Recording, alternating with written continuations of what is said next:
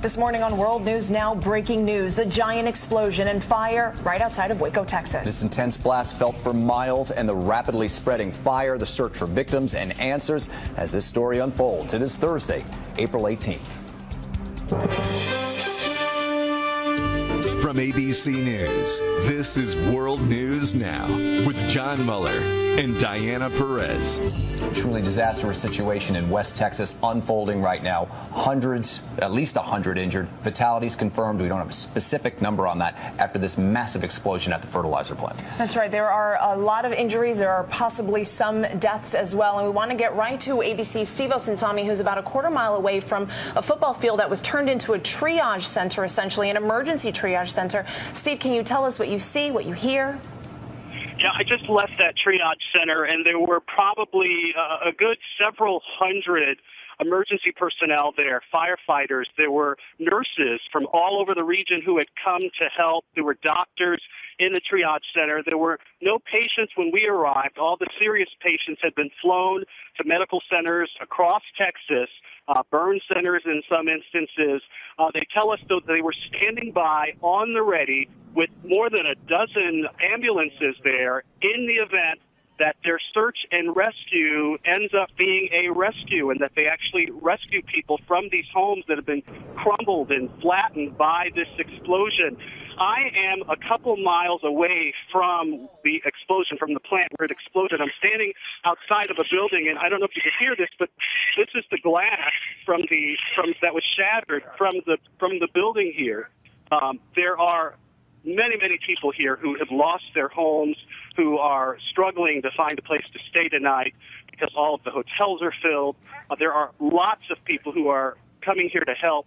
And we talked to some of those people today who told us that they could hear the explosion miles and miles away. Did it sound like a boom or? Boom, like a rock fell on the city. It felt like a rock fell on the city. You said you have family how close were they to you? They're in West.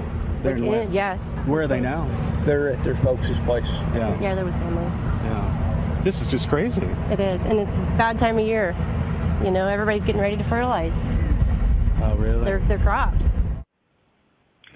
We're being told that there are hundreds of people who are hospitalized today. There's no sense of how many fatalities there are in this situation currently. No one we talked with gave us any estimate of that. We did hear that there were some firefighters who were injured because what happened is the firefighters were dealing with a fire at the plant, and then the explosion happened afterwards. Steve, right now, can you talk about, is the actual search and rescue continuing? Has it even started? Because I know there were concerns about the toxicity of the air with ammonia compounds, which can be damaging to the eyes and to the respiratory system. Also, there's still a bit of a concern about a second fertilizer tank. Have they been able to get into these areas quite close to the plant?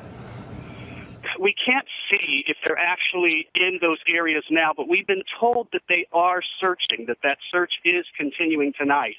As far as toxicity in the air, we're not aware of anything, but I can tell you that the closer we get to the plant, you can feel the ash in the air on your skin as you get closer and closer to the plant. And who knows what's in that ash, but currently, we're not aware of anything, but that remains to be seen.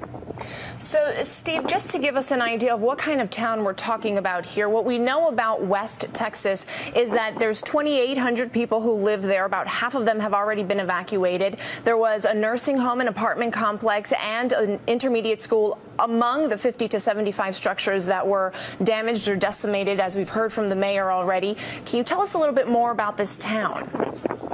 Well, we've run into quite a few farmers who all tell us that, the fertilizer plant exploding is terrible news for them on a number of levels, in particular because they're going to need what that fertilizer plant was producing. It's a small town. We're not too far from Waco. I'm sort of standing on what looks to be the main drag, and it looks like small-town Texas. There's a railroad track sitting in front of me. There's a railroad track sitting in front of me. And there are, a few businesses that are lining the street, an old corner drugstore. Right now, I don't know if you can hear it, but it's one of the owners of the businesses that It's the Ray's Electric and Plumbing who's actually, cleaning up the glass that was shattered. And this is far away from the explosion, but it was still strong enough. The impact of it was strong enough to break all of this glass. Steve, this is a town of volunteer firefighters. Even the mayor of the town is a volunteer firefighter. There was reports earlier about a lot of unconfirmed firefighters where they really couldn't track down where they were. Have you talked to any families who had that look in their eye, like they haven't heard from their loved ones yet? Have they told you anything? Well, we've heard some of those reports concerning firefighters as well, but we haven't really been able to confirm anything. We haven't gotten anything official that we can truly report, but there has been some concern about firefighters who were hurt in this explosion because it happened, of course, while they were there. Absolutely. Steve Osunsami, ABC News, thank you so much for that live report, and we'll check back.